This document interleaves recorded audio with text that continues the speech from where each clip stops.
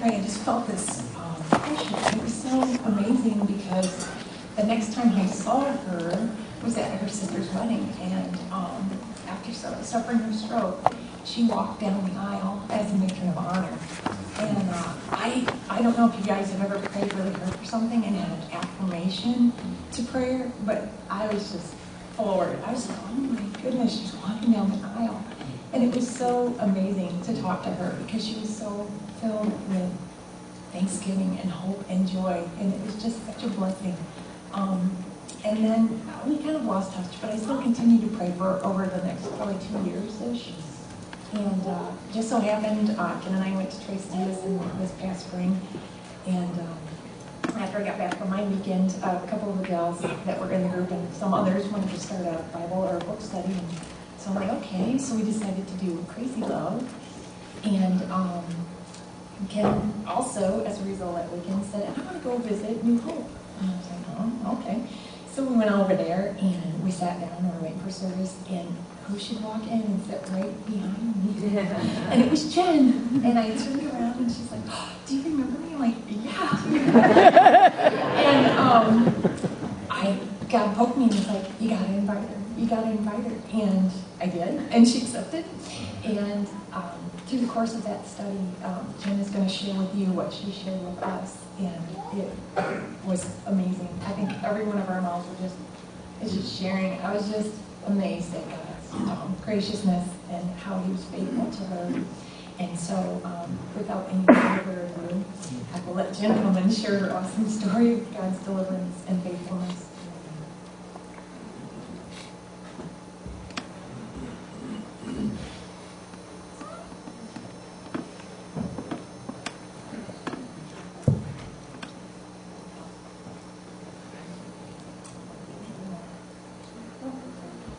Okay.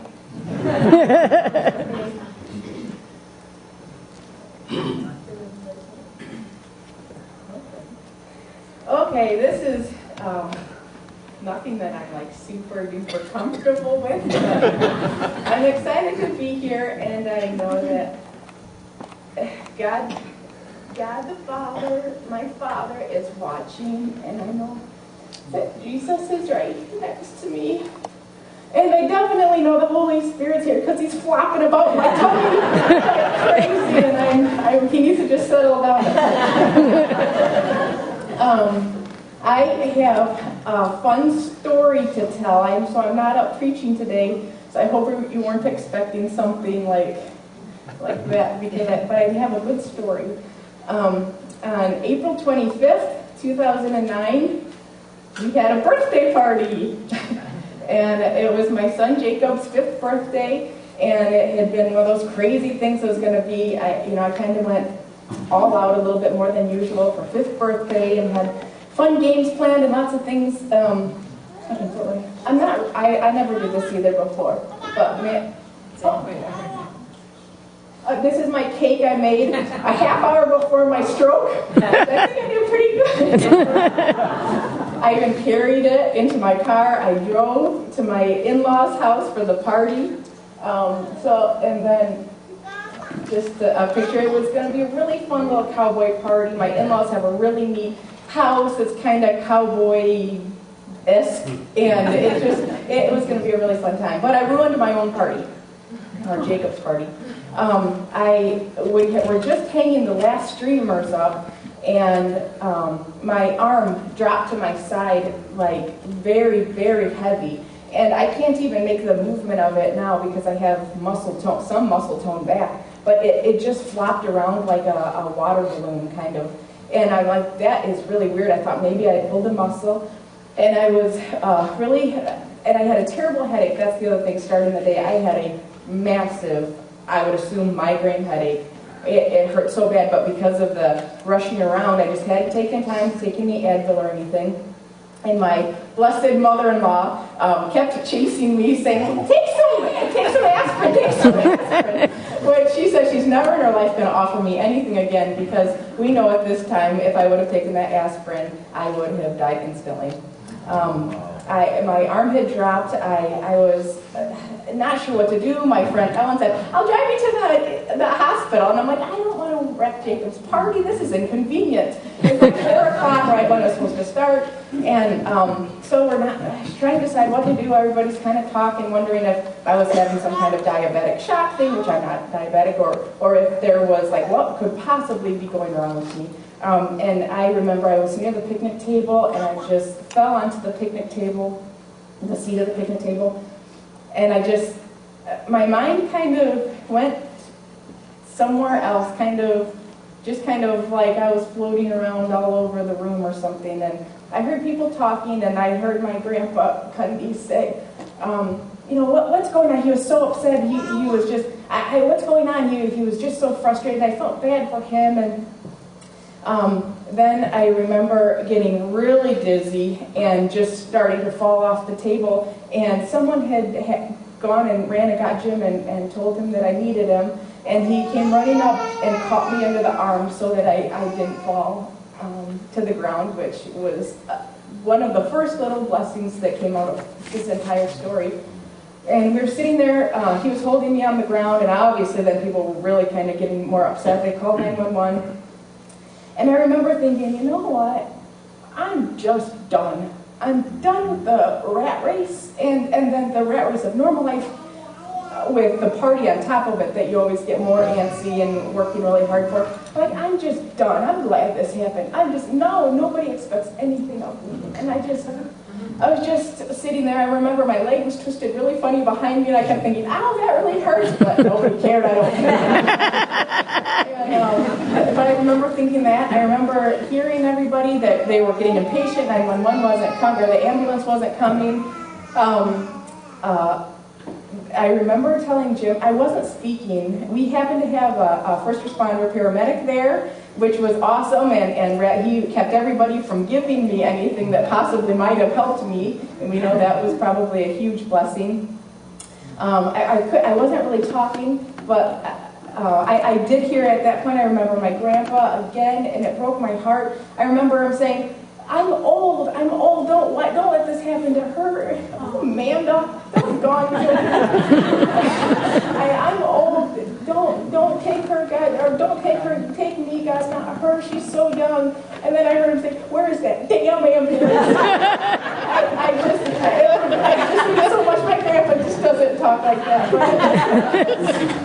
I remember him saying that specifically. And then for whatever reason, I wasn't talking, but I remember having this really gross laugh. And I remember thinking, oh, gross, I don't like the way I'm laughing. It was kind of like a drunken laugh sound. And I remember telling Jim, I think I'm having a stroke. And I passed out. And I don't remember that. And I think it's interesting because I didn't really know what a stroke was besides, I think my grandpa had one, and he was an old person thing, and your face fell and your arm doesn't, or your body doesn't work on one side. But I have no idea still why I said those words. I think it's so interesting that my body knew. A few weeks before my stroke, I had started going to the doctor saying something's wrong with me. Well, you do all the tests you can, there's something wrong with me. I was insanely forgetful, and not the normal, I'm getting older forgetful. I was forgetting everything. I forgot a kid at preschool. It was just like weird, and there was other things with my body. I just knew something was wrong. And they kept saying, nah, you're fine. Your tests all came back normal. And I'm like, something's wrong. I was starting to get those terrible headaches. And then my stroke. So obviously my body knew it was coming. What had happened was I had an AVM rupture in my brain. I had a massive stroke that was a congenital, it's a lot nicer word than birth defect. All my veins and arteries crossing the left side of my brain are supposed to be all just lay next to each other. And mine I was born with them all knotted up in a ball like spaghetti. And it's something that usually you find out younger, if you're going to find out at all. They would have never let me have natural births, and I had 2 successfully because they would want to keep the pressure down. And that I would have never had a job that would have been very strenuous. And I've done landscaping for so many years I can't even think, and picked up the heaviest plants I could and planted. I've done a lot of manual labor. So it was interesting and amazing that God saved this for my life to be when I was 32 years old and in the company of many people. If I was by myself, I would have died. At the hospital, Jim was there with me. The doctors gave him no hope at first. They said that I was probably going to die. They asked him if I was a donor and if I was, if he wanted me to be put on life support. And they said it. They did I think it was a CAT scan. I guess I said in the paper it said MRI, but Jim said it was a CAT scan. I didn't remember at the time. They did a CAT scan and realized what it was, that it was a ruptured AVM, that all of those veins and arteries, the pressure had just gotten so strong and it just burst, and it was a massive bleed. It happened right on my speech center of my brain. And they said, okay, they know what's wrong now, and my brain surgeon, Dr. Todd Alexander, said that he would try life or death brain surgery. He said she will probably die doing the surgery, but and if she lives, she will never have the use of her right side of her body again, or talk, or stand, or have, quite honestly, maybe even she won't know who you are. And so Jim said, do whatever, do whatever. I did live. I'm here today. I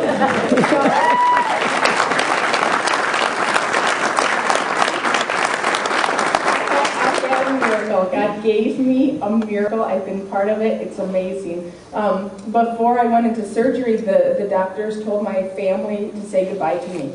And it wasn't goodbye for the surgery, it was goodbye because I probably would die. I remember my sister crying, and I remember thinking, stop crying so much. And I remember everybody saying goodbye to me. I heard them, which is amazing. That's why I just have to interject this. Anytime someone that you know can't respond to you, and you know hospice always tells you that they can hear you, and whoever else, you can hear, because I did. I was mostly dead, laying there, and I heard my family saying goodbye to me. I had thoughts. I mean, I remember thinking, Amanda, stop crying. I remember their perfume. I was gagging me. I remember my mother-in-law saying, I'm not going to say goodbye, Jen. I'm just going to say see you later. And then I guess right after that I threw up. And I remember Amanda saying, she's going to throw up, she's going to throw up. And I remember thinking, I don't feel like it. And the other people going, oh no, she's not going to. Amanda's like, yes, she is. I guess I'm kidding. She said, see, I told you. I remember thinking, oh, I hate throwing up. It's so gross, but I don't really feel it. So I guess this is the best way to throw up. So after my surgery, they put me in a coma for 4 days with a breathing tube, and I was supposed to have no stimulation, and no one could talk to me. I think you could come in and look at me or something, and it was just my immediate family that could come in. It was they weren't sure really at that point what to expect from me. And I remember this is one of the first indications that I was going to get better. They had a breathing tube in me with that little balloon inflated, and I guess I hated it. As they started to bring me out of the coma, I started flipping out, wanting to get rid of that, and I was pulling. They also had an IV straight into my heart, and it didn't feel good, and so I wanted to rip that stuff out. So they tied me down. This I didn't do anything. It moved. I didn't move. I couldn't even move it at all. But they tied me down, and I remember I was flipping out. I couldn't do anything, and I felt that in my mind, this is I just had brain surgery. So in my mind, they were kind of the hospital. I was too far gone, and this was kind of a mercy killing. That I was too far gone. There was no way that I could live, and so they were just going to let me kind of go, and they were going to just help me along a little bit. And it was nightmares.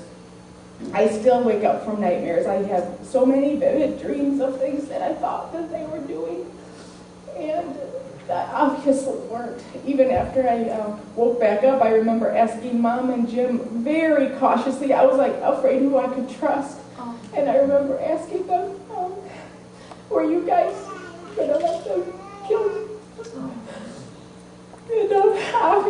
to her, but it honestly took a while for me to gain my trust back, just because in my mind that is what I was thinking. But I guess Jim would stay up nights there because I was freaking out so much. They would undo my hand, and he would lay next to or sit next to my bed on a chair and hold my hand and sleep like that, sitting up, so that every time I moved, and I could feel the things, but he could keep me from doing anything. So obviously I was having a horrible time. They switched my medicines, tried something else to bring me out, a different medicine, and so then they would be able to take me off it. And I guess wasn't strong enough, and in the middle of the night when I was by myself, I extubated myself. I wiggled down somehow enough, and I pulled out my own tube, and in my mind I was thinking, I felt like at some point I heard Jim chuckle, and instantly I thought, I'm too selfish. No one's going to marry my husband, and no one else is going to raise my kids. I'm going to fight.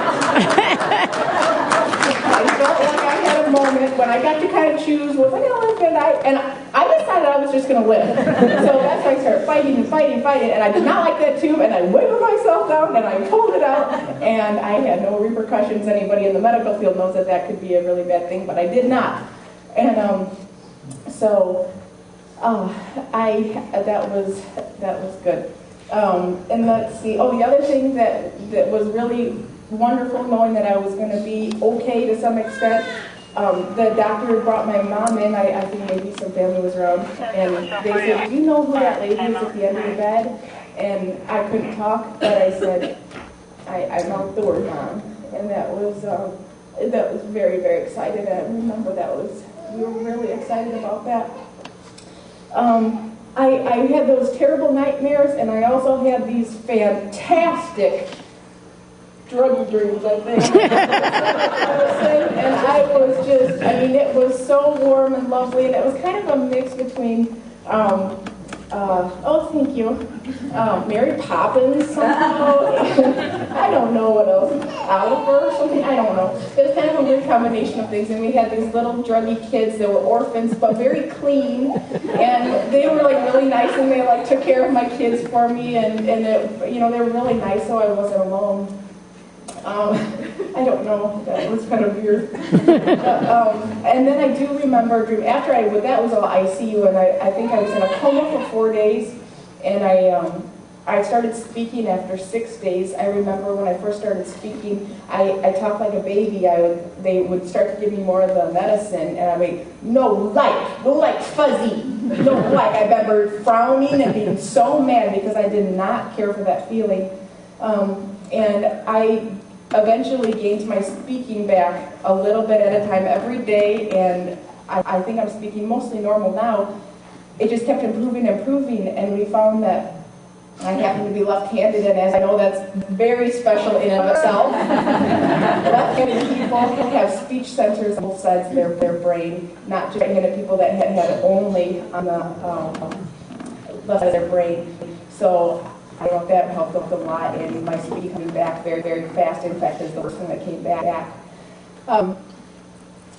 I had a dream when I was in the regular hospital bed, and I was much more myself.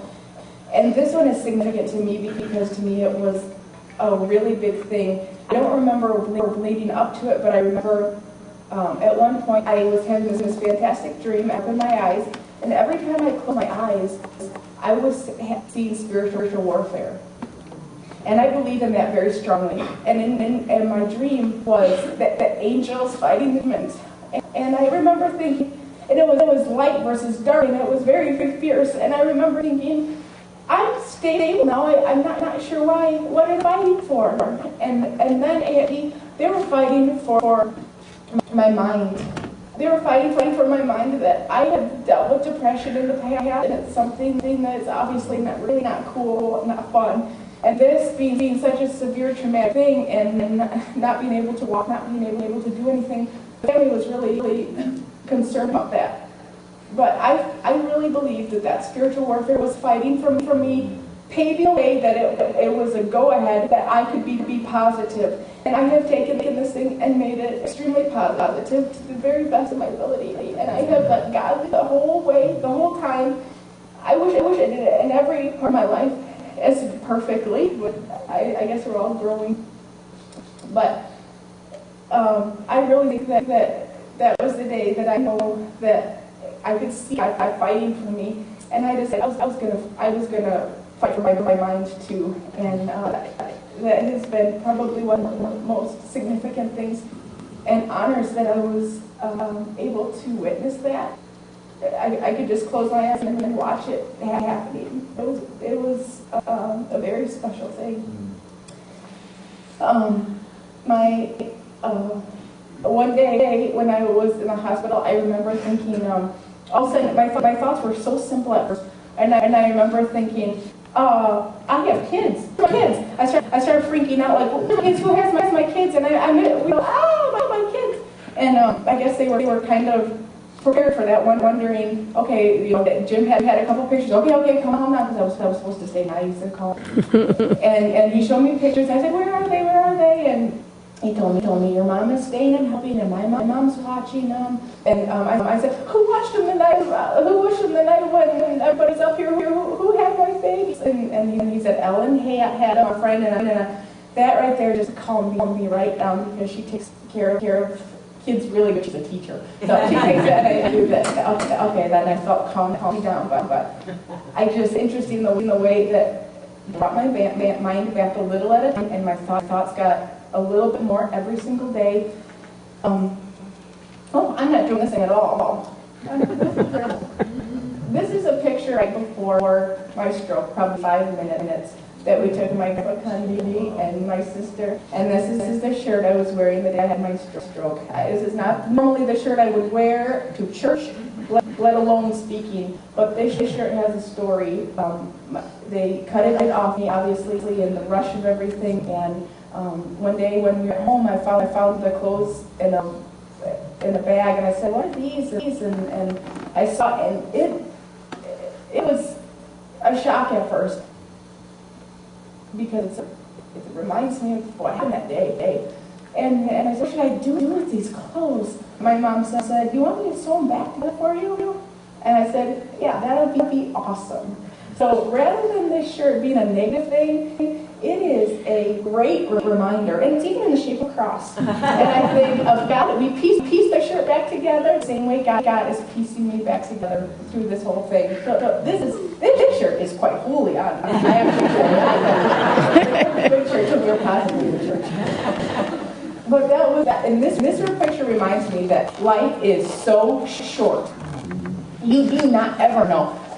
You never know what's around the corner. It might go along board. I was 32 years old before something greatly significant happened. And I remember praying from a young child that God could please use me in some way. So that was a long time of prayers seemingly going unanswered, and obviously hindsight shows how he was working together. This is a picture of... That's a picture of me in the hospital. Mom and Jim decided to take it, and decided if I died, they'd get rid of the picture. And that if I lived, then I would have this forevermore. And rather than this being a bad, this is an awesome thing. I came back from that place because of God. I had the ambulance people that came to pick me up from hospital and to take me to Van Mater started talking, and she got really like turned like white as a sheet and got goosebumps, and she's like, were you in the ER not a week ago or something like that? And I said, yeah. And she's like, oh man, and she was just white as she said, I came in that day, we brought somebody into the ER, and she said, I remember everyone in the hospital was so sad. All the nurses were so sad, and everyone was so heartbroken, and it was because they had a young mom admitted to the ER for having a massive stroke, and everybody knew it was just minutes before I died, and she couldn't believe that here I was going through Van Mater and alive. It was amazing. It was really awesome. And going to Van Mater, I went, well, that's another picture. They're really fun pictures, I know. They mean a lot to me. This really is I figured I look a lot better than it's really embarrassing to be. There's all my bags. I don't know why there's so many different bags in the all the same place. There's the tube coming out of my head that drained the blood. I had a tube.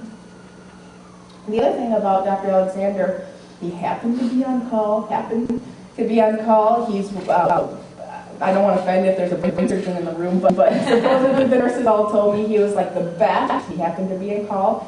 He's also known for saving people's hair, and I don't know how many people at Van Mater came with half a head of hair and half of it shaved, which is really kind of weird looking and a little scary looking. Dr. Alexander saved all of my hair except for the horseshoe shape that he shaved for my brain surgery. That's the only hair I was missing. And that's the world to me. When my boys first got to see me, and my little 2-year-old, he didn't care. He was just happy to see me. But my 5-year-old was a little tentative at first, and he said, "Mommy, you talk funny."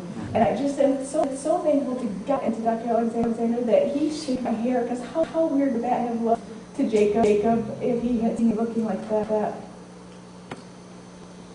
That's my scar. I had 55 staples, and I'm quite proud of that. I still have them. And I have titanium mini plates and screws in my head. But I can go through those detect just fine. This is fine. Seeing my babies, it was so hard. One story about Van Mater really fast. It just proves how bad I was, I think. Going to Van Mater was a very lucky thing. They were wonderful to me and helped me very much. But just a couple days ago, I was asking Jim, and I wondered. So 2.5 years after it happened, I just asked him 3 days ago. Why? I remember. I mean, everything's kind of fuzzy, but I remember that lady coming from Van Mater, and she wasn't overly funny. She kind of tough on me.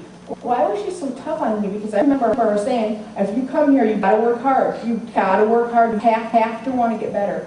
And she kept saying that, and I'm like, just my personality. Yeah, work hard. Okay. What am I gonna work hard for? I mean, I couldn't have a lot of thoughts right now. Just the thought of working hard. I can do that. I'll try whatever I'm supposed to do. And he kept saying, "No, you just gotta work hard. You gotta work hard. If we bring you here," and I remember saying, yeah. And Jim said, Van Mater is a rehabilitation hospital, and they didn't expect anything out of you. The doctors expected nothing even after I was awake. So Van Mater didn't want to take you because they are only a place where people actually get better from, and no one expected you to get better at all. And that was kind of interesting, and that's something I just learned 2.5 years later. I'm glad I didn't know that. I remember thinking, there's a lot of old people at Van Mater. You're telling me this I'm going to work hard for something. But I guess knowing that I was that bad off, that really meant a lot to me. So seeing my babies, and this was special. There's been so many awesome things, and I know I'm getting way close to my time already, and I haven't even said half, and this is just how it always happens. But there was great things that came out of my stroke. I chose to be happy and positive about it, and we saw things happening all over the place, even just little things that were amazing. My kids thought it was awesome. They loved spending the night at people's houses, like, oh yeah, Grandma's house all the time, spending the night, and at friends' houses, and they just thought that was like super cool. But I every single night, my mom and Jim would be there constantly. And then every night, my dad and stepmom would come put me to bed. And I thought that was so special. Because how many times when growing up do your parents get to put you to bed at night? And they would come read me stories and put me to bed. And it just has been one of those things, like that rat race of life just goes flying, and I got stopped in my tracks, and I felt like even backpedaled a little bit. But I'm so thankful that I had my stroke. I'm so thankful that I had it. It has made me a better person. It has made me love God so much more, so completely. So I need Him for every single second. I'm so lucky. Everybody else is healthy. It's hard to need God that badly. But I needed to pray and thank Him for every single step I took. I had to learn to roll over again. I had to learn to walk. I guess I can't finish. It has been. Thank you. I'm so thankful it happened because it shaved years off of me having to go through junky trials of being a gross person, just not wanting to just trust God that much. I just can't trust God quite that much. I'm just shaved years off of all that struggle by just having a big stroke and getting past it. Honestly, you could. And other people have gone through things too. I know. It's not, my story is not unique that God does miracles. It's unique to me and it's awesome. But God does miracles all the time. Amen. Yeah.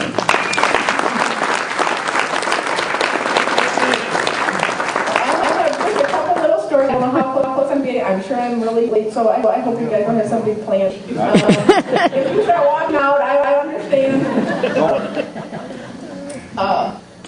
Going upstairs the first night at home, my first struggle, we had a little old farmhouse. It's a huge long story for it. I will not do that for you because it's kind of boring. It's not nearly as fun. But we were trying to find a house, and we were renting a little farmhouse that was old and pretty, and that's fine. But our bedroom was upstairs, and when the maid shooed me out the door. That was the first time I started walking for a good amount of time. I was in a wheelchair and only pressing walking with 5 people around me. And then they said, "Oh, we need your bed. Insurance says you're good to go. See ya." When I got home, this is the time I'm starting to walk. I used a walker first. I think I've lived 85 years. Our marriage has lasted 85 years rather than the almost 9 years. Quite honestly, we've been through tons of things. So I'm walking with my walker, but I was fiercely independent and tired of people taking me to the bathroom at Van Vader. It's not really very fun. And so we got home and Jim was gone late one night, and I said I had to go to the bathroom, and my mom said, "Do you want me to help you?" I'm like, "No, I can do it myself." Our bathroom was pretty much you could do everything, including the shower in one spot. So I'd be fine. Well, this is where we took something positive. I fell off the toilet. I remember, and my mom going, "Oh no, what are you gonna do?" And it was like, split second. We could start bawling. Jim wasn't home, and I couldn't get off the ground. I couldn't move. And they're like, "What are we going to do? What are we going to do?" Split second. I said, "You know what? Let's just take this for good. Let's just bring it out of this." So my mom dragged me by my arms into the living room. We all hyped up. We did exercises. I had so the first few weeks that my mother-in-law would come and help with, and my stepmom would help with, and so that only a couple nights home, my mom helped me do exercises, and we did exercises on the ground to strengthen my muscles until Jim got home and could help me off the floor. So that's a positive coming out of negative, and that's in every situation. I just have to read this one little thing. And this book is about the most fantastic thing my wonderful friend Heather gave to me, and I've since bought 1 million and passed them out.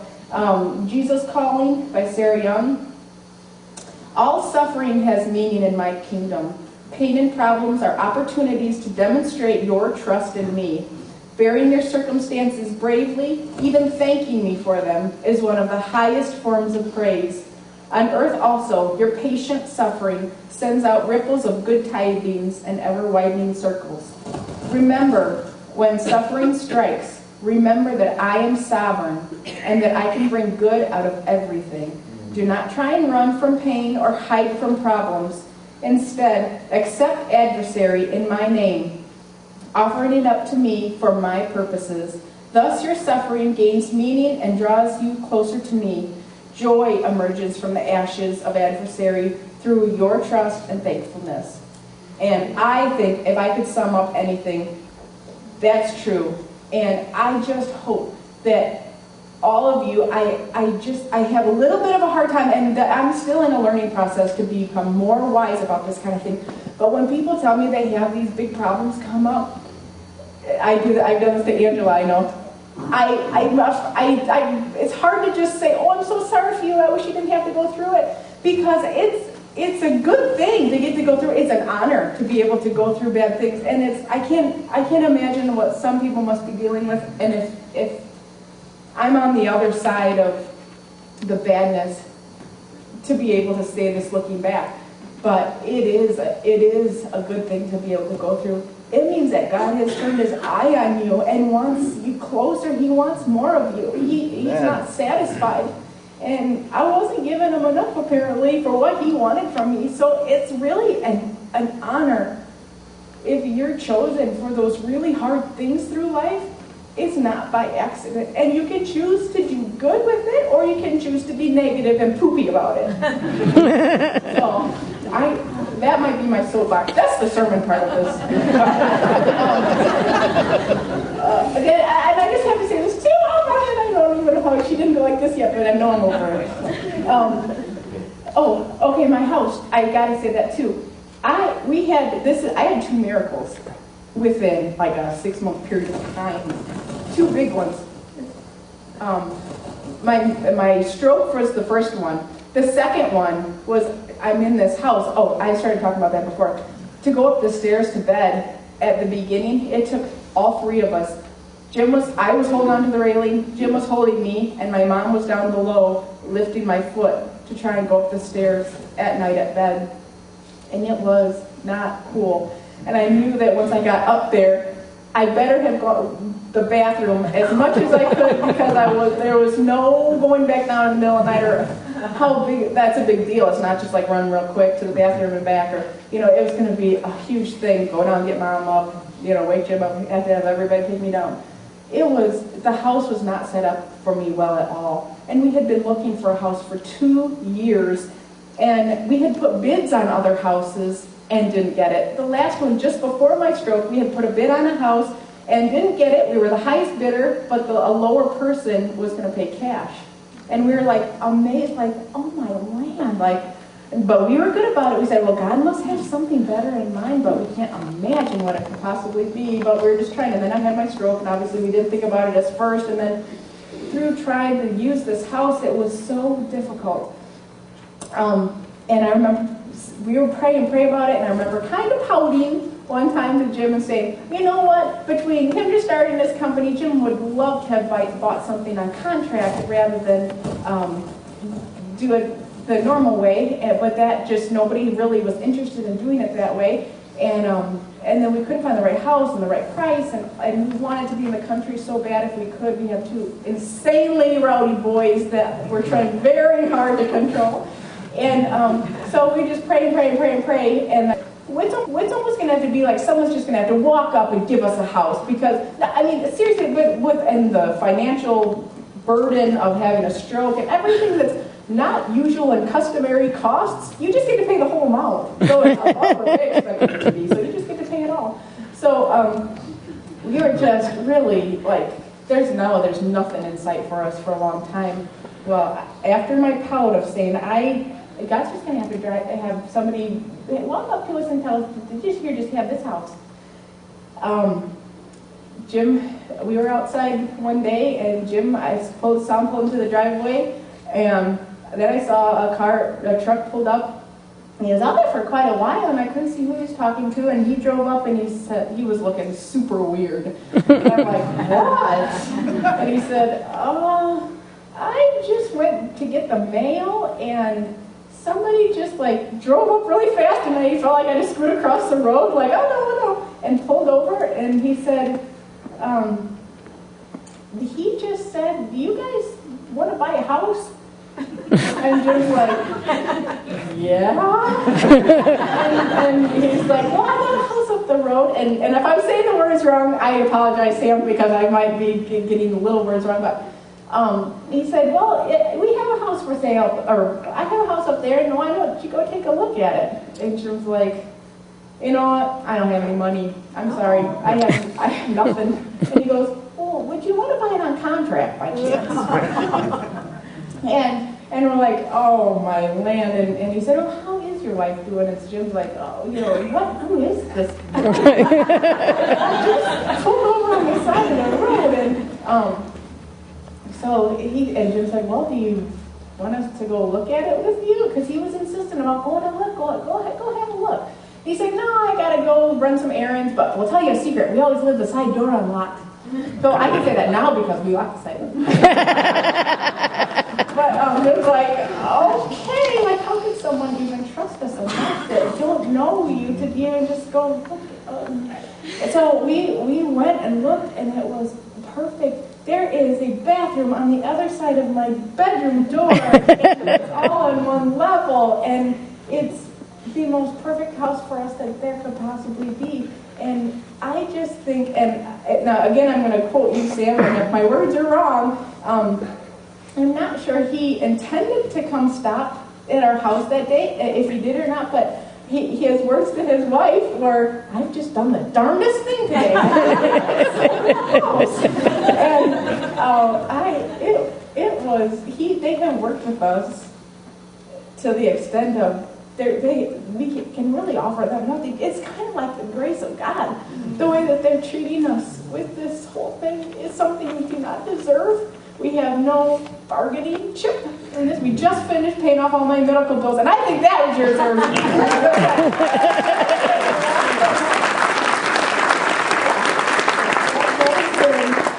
a struggle. So that just finished. We have nothing to offer them, and they give us kindness and grace, and don't worry about it. It's taken care of. Don't worry. And it's just more than we deserve, and are so thankful for. So I guess I should probably just stop. I have one more thing. Insurance kicked me out of therapy after 1 year. They said you've been going way too long, and so I needed a break, and that was fine. But then I had another little one of my mini miracles last Valentine's Day. Happened to go to the pediatrician's office and happened to have one of the nurses that doesn't work as often, and she happened to say, I have this physical trainer that's more than just a regular physical trainer, but he cares about women's health, and he's really, really good. I think I'll tell him about you.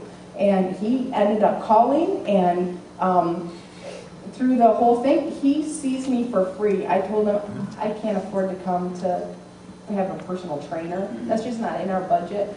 He sees me for free to help me. He said, if I don't see you, I don't think anybody else is going to. And he has got me from, I almost don't walk without a limp sometimes. My core muscles are being strengthened so much. We're working on my arm. My arm didn't even for it to move like this is incredible. It used to be, if it even did that. But we're working on, I've got muscle tone I can see again. My wrist and my fingers just aren't really working. I try and make them help. They just don't do maybe everything they should. But I can drive. I use my left foot and my left hand. I can drive. I don't know if that's legal. I don't